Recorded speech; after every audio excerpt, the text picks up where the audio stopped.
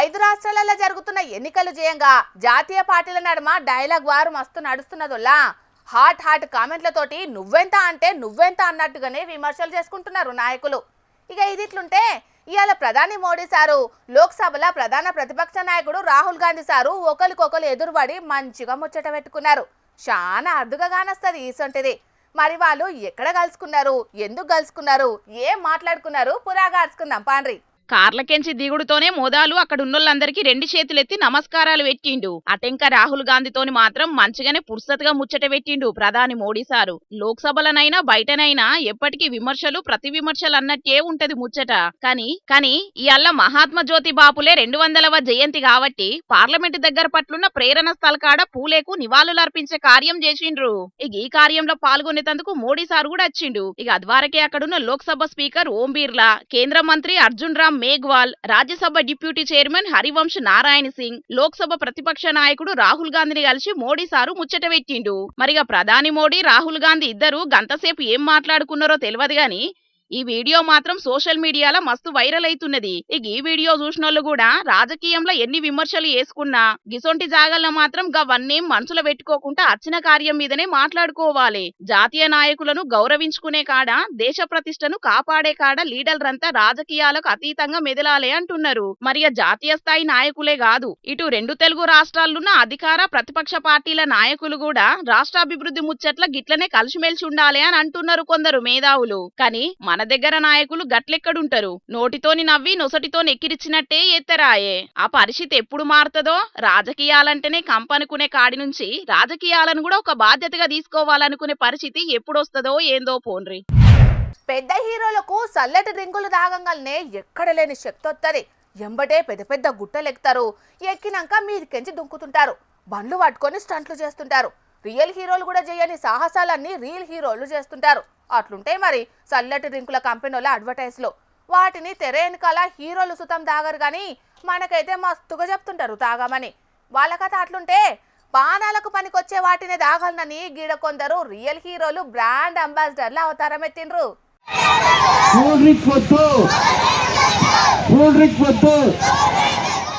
అరరే, చిన్నపిల్లగాళ్లకు పెద్ద కష్టమే వచ్చింది కదా.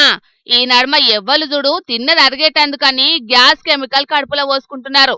ఎండ జరంత ఎక్కువ అనిపించినా చల్లవడాలనని చల్లటి కూల్ డ్రింక్లే తాగుతున్నారు. చిన్నపిల్లగాళ్లకైతే రోజు 2 బాటిళ్ల కెమికల్ నీళ్లు కడుపులో పోసుకొనిది పానం నిమ్మలం కాదు. ఐతారమైన పండగొచ్చినా పబ్బం వచ్చినా అకేషన్ ఏదున్నా సెలబ్రేషన్ కూల్ డ్రింక్లతోనే అన్నట్టు తయారైంది ఇయాల రేపు. షుగర్ బీమార్లకు పురుడు పోతున్న చల్లటి కూల్ డ్రింక్లను కూకటి ఏళ్లతోటి వీకే పని ముంగటేసుకున్నారు. అంబేద్కర్ కోనసీమ జిల్లా రాజలుకాడ జన విజ్ఞాన వేదికోళ్ళు ఎవరితోని చెప్పితే పబ్లిక్ షోలకెక్కుతుందా అని బగ్గా ఆలోచన చేసి బడికి పోయే పొలగాన్లతోటి చెప్పించే పని ముంగటేసుకున్నారు. పెద్ద పెద్ద హీరోలు పురుగుల మందులు కలిపిన చల్లటి కూల్ డ్రింక్లను దాగుండ్రని టీవీలల్లో మొత్తుకుంటుంటే వాటిని తాగనే తాగొద్దని పిలగాన్లు కుత్కెంత వంగ గల్లీ గల్లీకి తిరుగుకుంటా చెప్పిండ్రు. మరి హీరోలకు కోట్లు గుమ్మరిచ్చే చిల్లర కంపెనీలుంటే ఈ చిన్న బ్రాండ్ అంబాసిడర్లకు కొబ్బరి బోండాలనే యూనివర్సల్ బ్రాండ్లను చేట్ల పట్టుకున్నారు. పచ్చి బోండాలను నెత్తిన పెట్టుకొని ఆరోగ్యాలను కాపాడే కొబ్బరి బోండాలను నెత్తిన పెట్టుకోవాలని చెప్తున్నారు. పానాలు తీసే కూల్ డ్రింకులు వద్దు, పానం పోసే కొబ్బరి బోండాలే ముద్దనుకుంటా జూలిస్ తీసిండ్రు.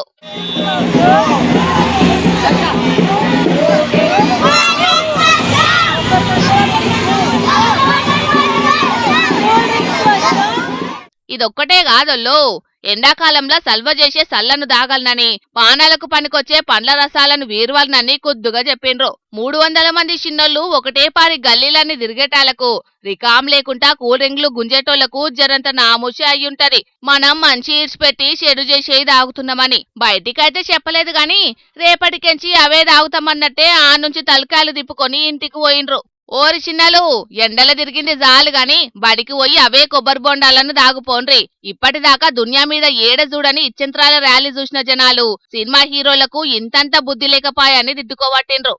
రేపు బ్యాన్ పెట్టినా తప్పులేదని గట్టిగానే ఆలోచనలు చేస్తున్నారు. కానీ పబ్లిక్ ఇన్నారు కదా, ఇయాల్టి సంధి మీరు కూడా గా చల్లటి డ్రింకులను బంద్ పెట్టుండ్రి. ఆరోగ్యాన్ని కాపాడే ప్రకృతి పానీయాలనే దాగుండ్రి, సరేనా?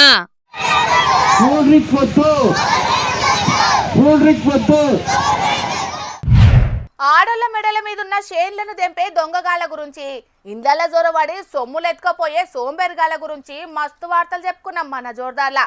ఇక మొన్నటికి మొన్న స్కూటీ డిక్కిలో దాచుకున్న పైసలను ఎత్తుకపోయిన బుద్ధిమంతుని లాంటి దొంగని ముచ్చట, తువ్వొంటి పోతుంటే సెల్ ఫోన్ కథం పట్టించిన బద్మాష్ గాని ముచ్చట కూడా చెప్పుకున్నాం. ఇక ఇప్పుడు గీలు ఏం దొంగతనాలు చేసి దొరికిన రోజు చూడుండ్రోలా.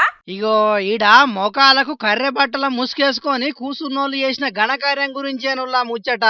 వీళ్ళు హైవేల మీద ఆగిన పెద్ద వాహనాలకించి డీజిల్ గుంజే స్పెషలిస్ట్ దొంగలట.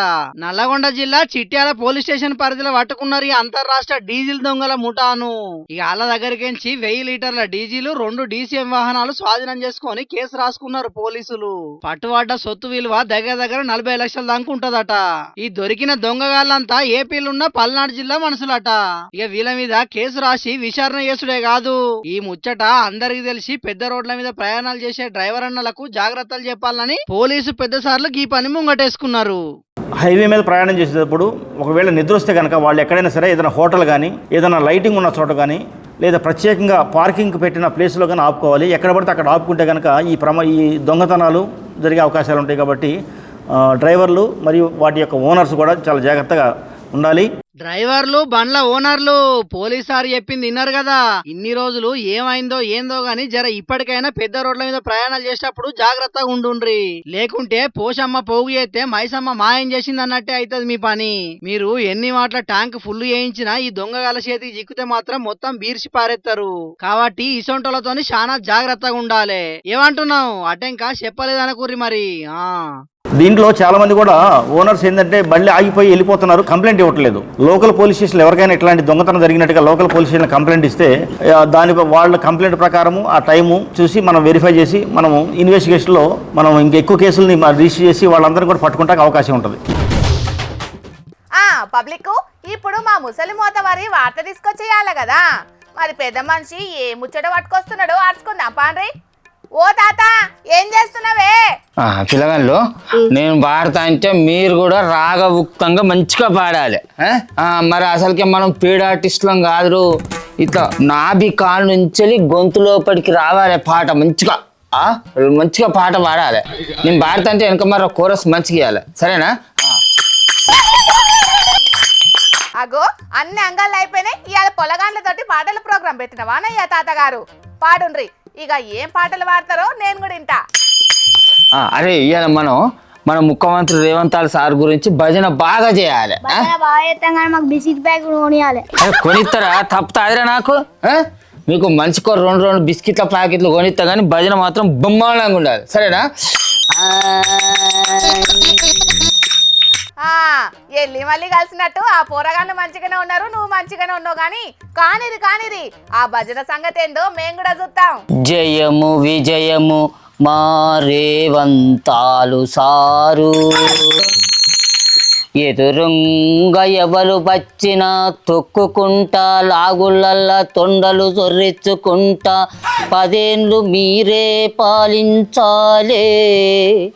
రెడ్డిలకే పెద్ద రెడ్డి రేవంతు రెడ్డి సారు. అది లెక్క, అట్లుండాలి.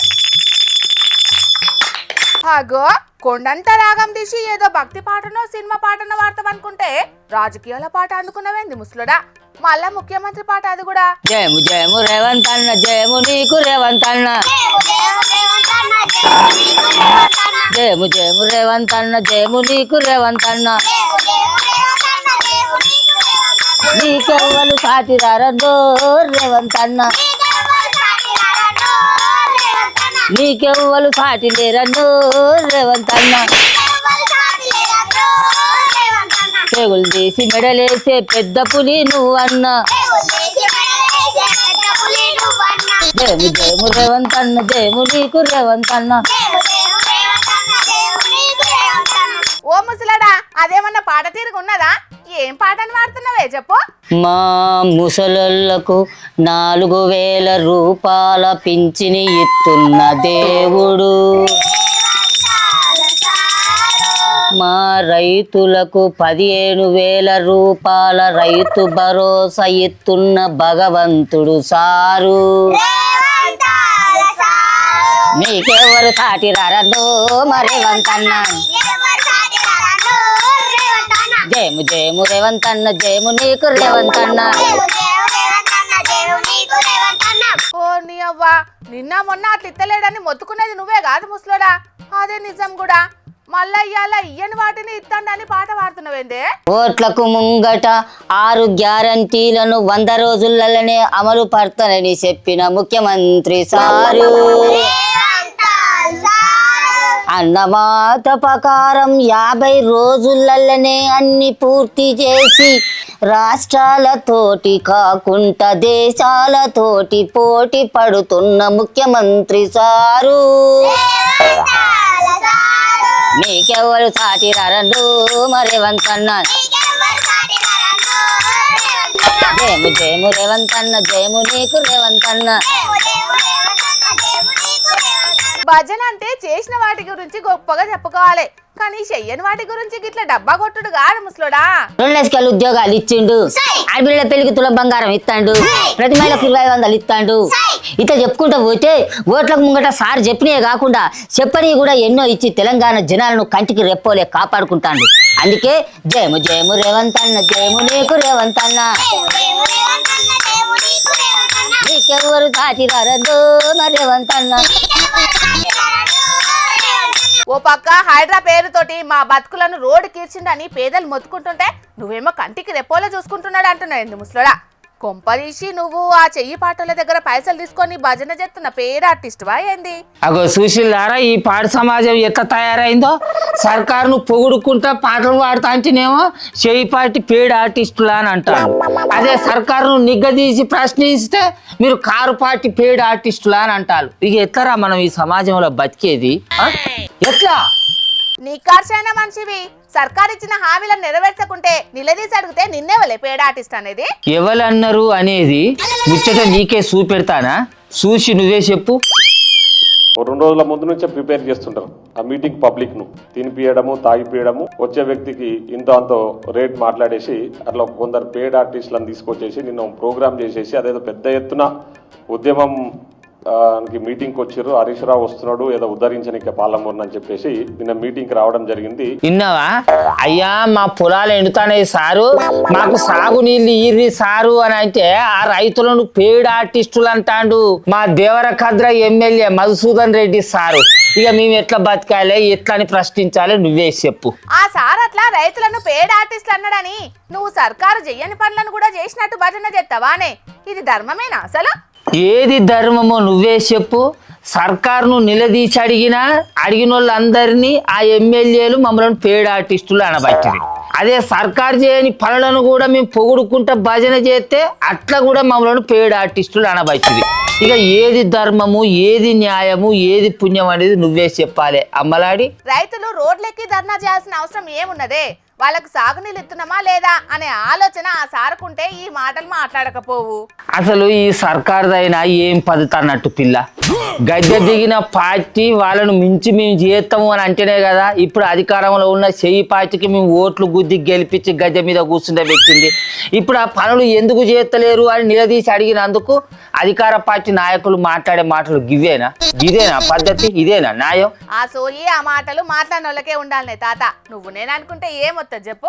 అవు నువ్వు అన్నట్టు నువ్వు నేను మాట్లాడుకుంటే ఏమవుతా చెప్పు. అందుకే అరే మనం 3 బజార్ల కాడ టెంట్ వేసుకొని సర్కారు భజన పాటలు పాడదాం, సరేనా? పాడి మాకు ముందుగా బిస్కెట్ ప్యాకెట్ కొనిత్తా. ఇగో పేడ్ ఆర్టిస్టులు అంటే ఇగో గిట్లు ఉంటారు. ఇగో వీళ్ళు నిజాయితీగా పనిచేసే పేడ్ ఆర్టిస్టులు అంటే, మేము కాదే పేడ్ ఆర్టిస్టులు అంటే. కొనిత్తా ఎట్లయితే అట్లే. దేవరకద్ర ఎమ్మెల్యే మధుసూదన్ రెడ్డి సారు రైతులను పేడ్ ఆర్టిస్టులు అన్నందుకు మా ముస్లింకి బాగానే మండినట్టున్నదిలా. ఆయన మా ముసలుడే కాదు, ఈ మాట అంటే ఏ రైతుకైనా కోపమే వస్తుంది.